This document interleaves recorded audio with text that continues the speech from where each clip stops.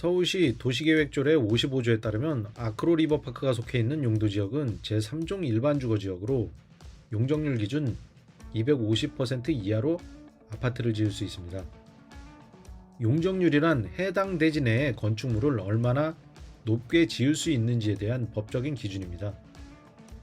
또한 부동산 시장 침체기가 도래해 미분양이 발생하면 건설사는 미분양 물량을 할인 분양해 손실을 만회하기 때문에 재건축 조합보다 훨씬 위험 부담이 적습니다. 그런데 왜 현재 용적률이 299%나 될까요? 6억 7,527만 원에 거래됐으며 일반 분양 23평형 A타입에 안녕하세요. 데이터 과학으로 주택시장을 분석하는 엑슬리서치입니다.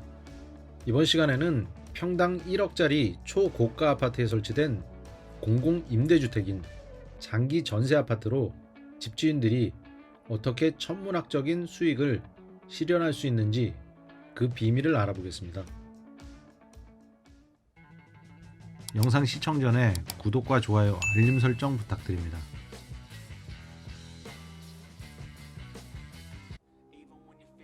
(2016년에) 준공한 서초구 반포동 아크로 리버파크는 1977년에 입주했던 신반포 한신 1차 아파트를 재건축한 초고가 아파트로 평당 매매가는 1억 1,511만원입니다.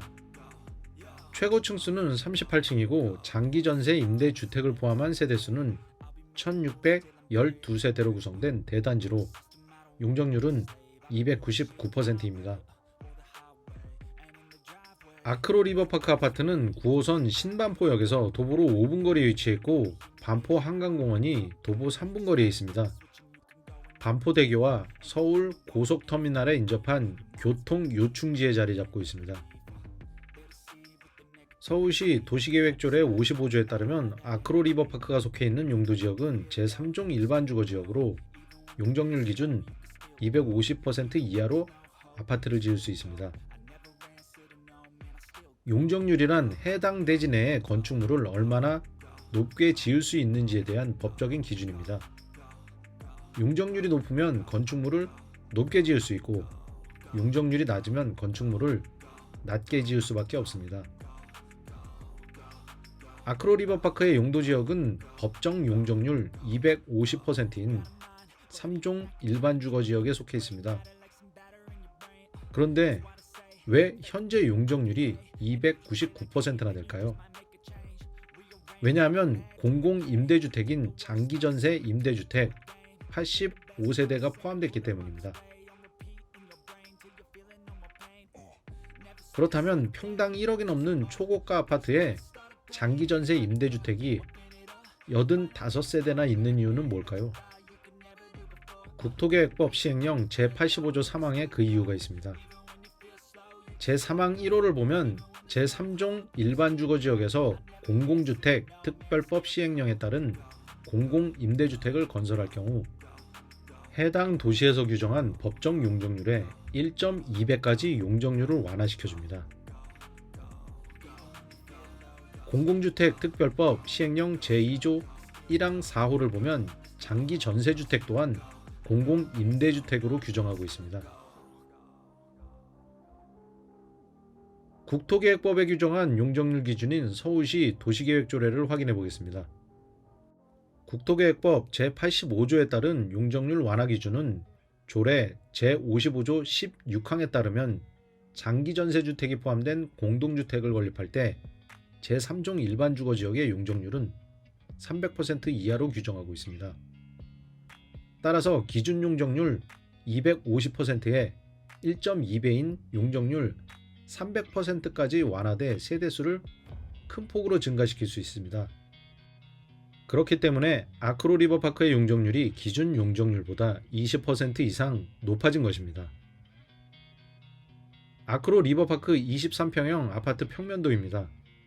장기 전세주택의 23평형 전세 실거래가는 최근 3월 6억 7,527만원에 거래됐으며 일반 분양 23평형 A타입에 4월 거래된 전세 실거래가는 15억 원이고 실거래 매매가는 최근 2월 25억 7천만 원에 거래됐습니다.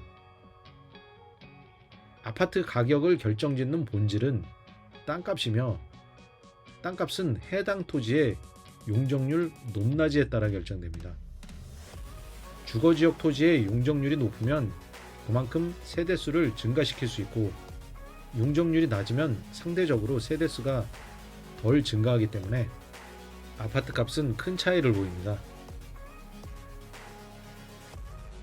아파트 재건축은 조합원이 건설사에 토지를 담보로 하고 건설사가 조합원 부담금과 일반 분양자의 분양대금을 충당해 공사비를 조달하는 메커니즘을 갖고 있습니다. 예를 들면 건설사가 1조 7천억 원짜리 아파트 재건축을 수주하면 초기 사업 추진비 500억 원을 조합에 차용해주고 약 2,050억 원이 넘는 막대한 순수익을 낼 수 있는 사업입니다. 재건축 조합원은 토지와 공사비 부담금을 건설회사에 제공하고 건설회사는 재건축 사업에 필요한 각종 비용을 빌려줍니다. 한편 건설회사는 일반 분양자에게 분양을 한 후 일반 분양자가 납부한 공사비 70%가량으로 공사를 진행합니다. 또한 부동산 시장 침체기가 도래해 미분양이 발생하면 건설사는 미분양 물량을 할인 분양해 손실을 만회하기 때문에 재건축 조합보다 훨씬 위험 부담이 적습니다. 신반포 한신 1차 아파트 소유자들과 건설사는 1977년 준공 당시 최고층 수 5층에 790세대, 용적률 149% 노아파트를 1994년 재건축 추진 후 22년이 지난 2016년에 최고층 수 38층에 1612세대 299% 용적률까지 높여 세대수를 늘리며 분양 수익을 극대화시키고 천문학적인 이익을 얻었습니다.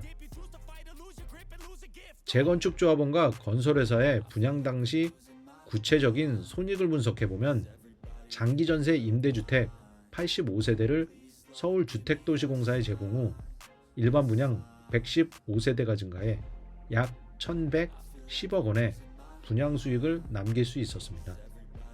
이렇듯 건설회사와 재건축 조합은 일반 분양자가 많으면 많을수록 내 돈을 최대한 적게 들이고 최대한 이익을 얻을 수 있기 때문에 용적률을 극단적으로 높이기 위해 아크로 리버파크처럼 평당 1억 원이 넘는 초고가 아파트임에도 불구하고 단지 내 장기 전세 임대주택을 설치하는 것입니다. 이 영상이 도움이 되셨다면 구독과 좋아요, 알림 설정 부탁드립니다. 감사합니다.